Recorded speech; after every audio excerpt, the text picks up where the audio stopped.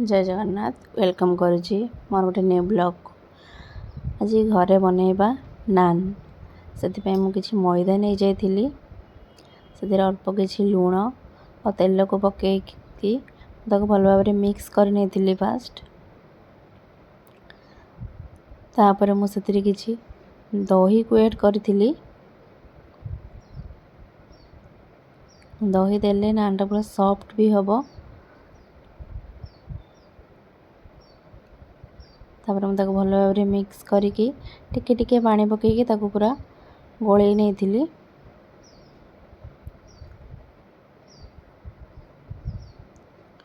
मैदा को एमती चकटी सारा तापर टिके तेल लगे मुझे किसी समय पे कवर करके रखीदे एबे कवर हटिला पर देखो केते सॉफ्ट और स्पंजी होता मैदाटा नान करने पूरा परफेक्ट बनी जाइथिला।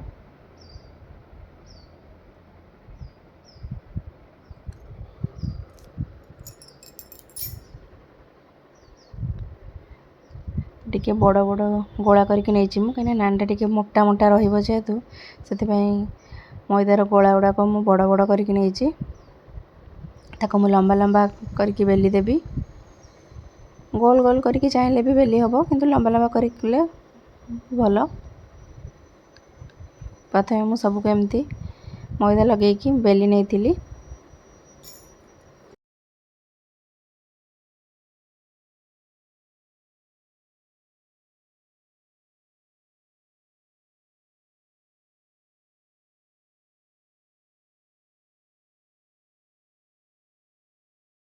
एटी मुझे मोटा रखिकी बेली थी तापर से किसी कला जीरा और धनिया पत्र को छोट छोट कर काटिकी पकई देती तापर गोटे तावा को बसई दी गरम हाँपाई तावा टे गरम होगा से पानी टिके छिंची देती तापर नान को से पकई पानी टिके छिंची देले नानटा उठी जीवनी लागिकी रहिबो से गोटे पट साइड हो गला ताऊ केमती टिके उल्टेकी मु नान को सेकी नहीं थी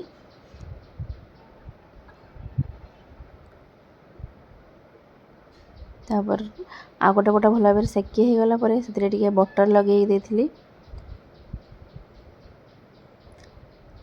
एमती करके मु सबको बन नहीं मोर सब नान हो जाइथिला पूरा पूरी रेडी।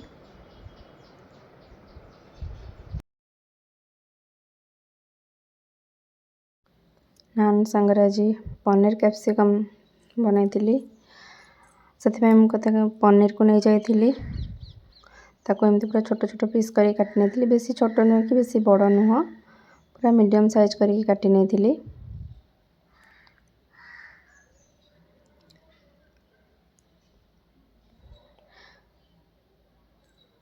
मत जो साइज रे पनीर खावा को पसंद सेमती साइज रे मु सब पनीर को काटी नहीं थी फास्ट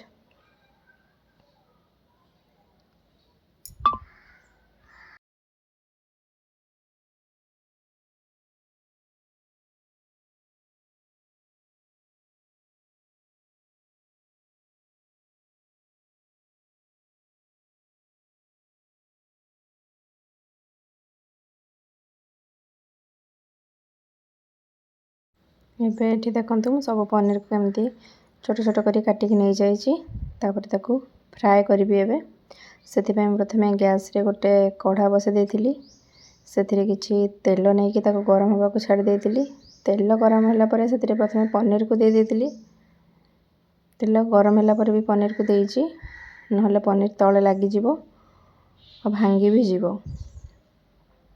तापर मु पनीर को भल भाव पूरा फ्राए कर नेली तापर मसला बनवाई मैं प्रथम दुईटा पियाज को नहीं थी पूरा सर सर कर काटी नहीं थी तापर गोटे कैप्सिकम नहीं थी ताकू भी पनीर साइज रे ताकू छोट छोट कर काटी नहीं थी तापर आ गोटे पियाज को लेकिन मु काटी नहीं थी तापर गोटे तावा बसई से तेल गरम करके पियाज और कैप्सिकम को टिके फ्राए करनी थी एमती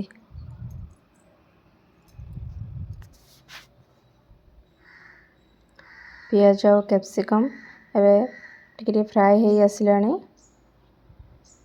ଏମିତି ପୁରା ଫ୍ରାଏ ହେଇଗଲା ପରେ ତାକୁ ମୁଁ ଓହ୍ଲେଇକି ରଖିଦେଇଥିଲି।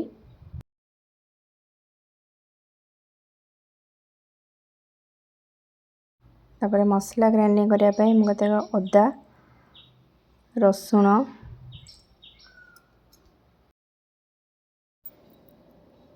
ତାପରେ ସେଥିରେ କିଛି ଚାରମଗଜ ଏଡ଼୍ କରିଥିଲି, ଯାହାକୁ ମୁଁ କିଛି ସମୟ ଆଗରୁ ପାଣିରେ ବତୁରେଇକି ରଖିଥିଲି। ତାପରେ ସେଥିରେ କିଛି କାଜୁ ଦେଇଦେଇଥିଲି ଆଉ 2ଟା କଞ୍ଚା ଲଙ୍କା ବି ନେଇଥିଲି। ଶୁଖିଲା ଲଙ୍କା ବି ଏଡ଼୍ କରିହେବ, କିନ୍ତୁ ମୁଁ କଞ୍ଚା ଲଙ୍କା ନେଇଥିଲି। ତାପରେ ତାକୁ ଗୋଟେ ଫାଇନ୍ ପେଷ୍ଟ ତାର ବନେଇ ନେଇଥିଲି ମୁଁ। ଦେଖୁଥିବେ ଆପଣ ପୁରା ପେଷ୍ଟଟା କେମିତି ଫାଇନ୍ ହେଇଯାଇଛି, ପେଷ୍ଟ ବନିଛି। ତାପରେ ଗୋଟେ କଢ଼ାରେ କିଛି ତେଲ ଗରମ କରିକି ପ୍ରଥମେ ପିଆଜକୁ ପକେଇକି ଟିକେ ଫ୍ରାଏ କରି ନେଇଥିଲି।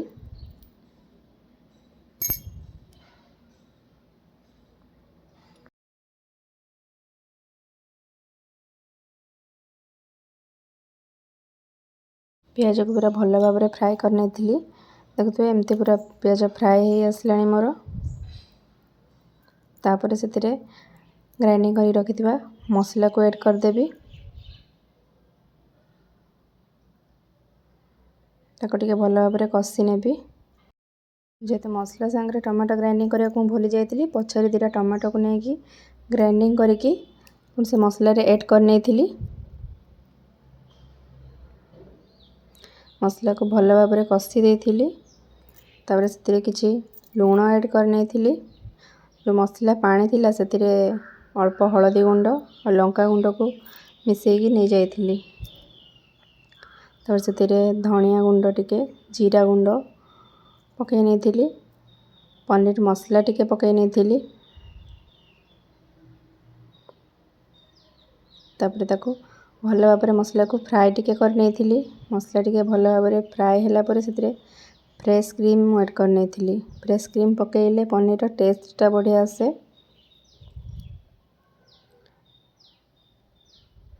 ତାକୁ ଏବେ ମିକ୍ସ କରିନେବି ମସଲା ସାଙ୍ଗରେ।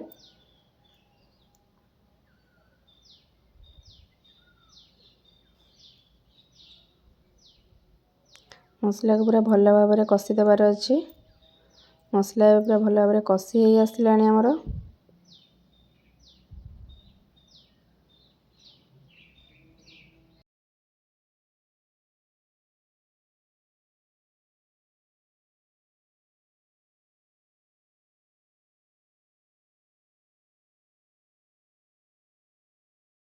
ମସଲାଟି ଭଲ ଭାବରେ କଷି ହେଇଗଲା ପରେ ସେଥିରେ ରଖିଥିବା ଆଗରୁ ଫ୍ରାଏ କରି ରଖିଥିବା ପନିର, କ୍ୟାପ୍ସିକମ୍, ପିଆଜ ସବୁକୁ ମୁଁ ଏଡ଼୍ କରିଦେଇକି ଭଲ ଭାବରେ ମିକ୍ସ କରିନେଲି।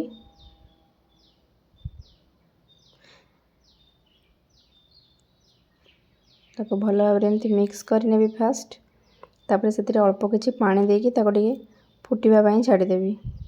ତରକାରୀ ଏଠି ମୋର ଭଲ ଭାବରେ ଫୁଟି ଆସିଲାଣି। ତାପରେ ସେଥିରେ ମୁଁ କିଛି ବଟର୍ ଏଡ଼୍ କରି ନେଇଥିଲି।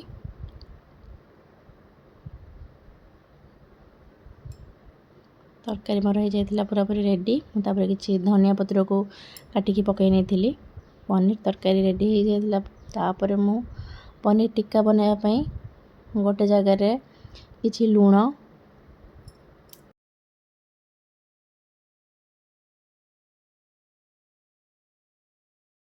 ଆଉ କିଛି ହଳଦୀ ଗୁଣ୍ଡ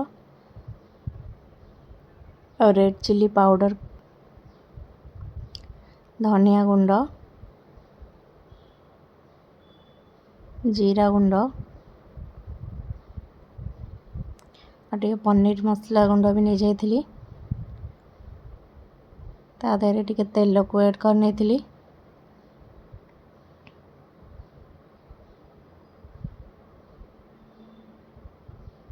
ତାପରେ ତାକୁ ଭଲ ଭାବରେ ତେଲ ଏଡ଼୍ କରି ନେଇ ତାକୁ ଭଲ ଭାବରେ ପୁରା ମିକ୍ସ କରି ନେଇଥିଲି।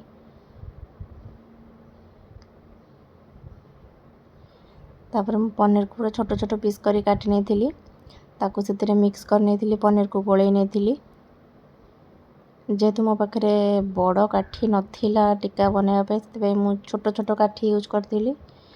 पियाज कैप्सिकम को भी काटी नहीं छोट छोट करके पूरा पतला पतला करके तापर काठी एमती मु पनीर कैप्सिकम और पियाज को नहीं जाइली।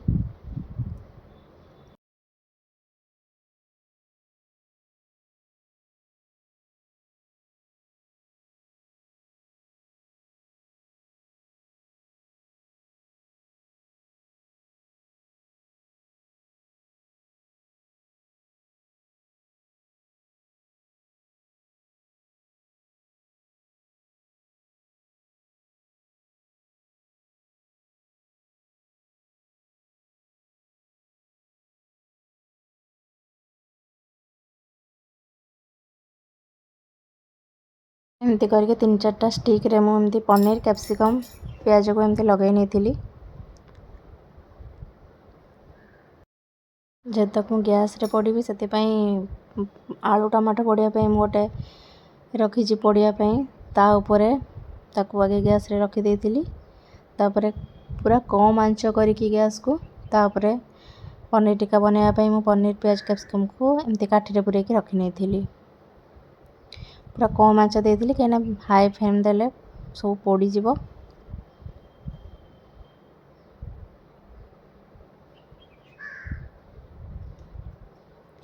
गोटे पट साइड हो गला परे मु आ गोटे पट साइड ताकू एमती नौटे नहीं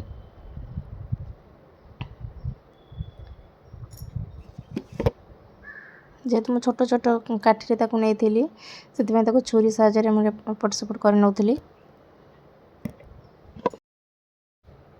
एबे टिके टिके हो आसलानी। एबे मोर पनीर टिक्का हो जाइला पूरा पूरी रेडी।